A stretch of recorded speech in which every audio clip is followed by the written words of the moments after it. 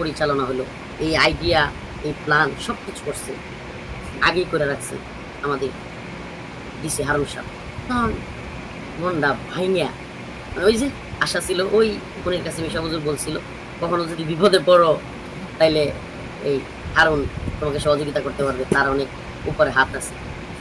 এই হাত কি করছে আমার সাথে, এই কথা কল্পনা আইসা কষ্টে বুক ফাইটা যাওয়ার মতো অবস্থা। আমি আয়সায় উজু কইরা আল্লাহর কাছে এইভাবে হাত তুলি, আমি আর এইভাবে দোয়া করি না, এইভাবে হাত তুলি, আল্লাহ আল্লাহ চিল্লায় তেজগাঁও থানায় বুক ফাইটটা চিৎকার করে, মনে হচ্ছে মরে যাবো আমি, চিৎকার করে এইভাবে কান্না করছে, আল্লাহ আল্লাহ আল্লাহ। এক পর্যায়ে থানায় যারা যারা একটা সময় ছিল সবগুলো, দু একটা অফিসার আমার সাথে কান্না শুরু করছে।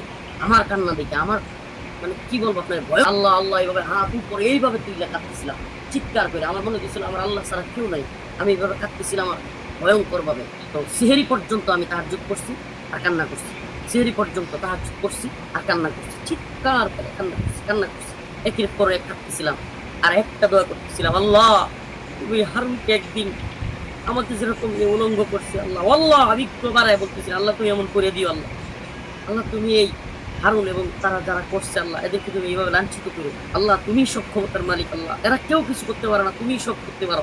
আমি খালি চিল্লাই এই দোয়া করতেছিলাম, জোরে জোরে দোয়া করতেছিলাম। এই ৪র্থ দিনের কাহিনীটা খুবই জরুরি। তেজগাঁও থানার মূল ওসি, যে ওসি এবং ওসি তদন্ত, এই দুইজন আমাকে একটা গাড়িতে করে নিয়ে যায়। আমি বলি কোথায় নিয়ে যাবেন?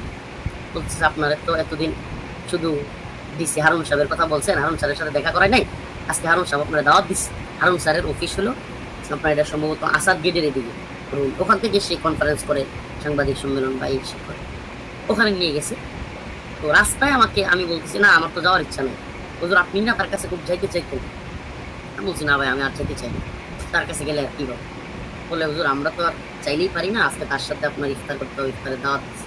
মনটা খুব ভেঙে যায় আমার, যে ওর সামনে যাইতে হবে এই বিষয়ে। ইলিয়াস ভাই যদি আপনার জানা থাকে তো থাকলোই, আমার সামনে যারা বসে আছে তাদের জন্য শিক্ষা, এটা মনে রাখবা। কোনো মানুষ যদি চোখে চোখ রেখে মিথ্যা বলতে পারে, এই ব্যক্তিরা ভয়ঙ্কর। এটা আমাদের মুরব্বীরা সহ অনেক আকাবিরদের কিতাবে আমি পাইছি, এই লোকগুলো চরম ভয়ঙ্কর হয়।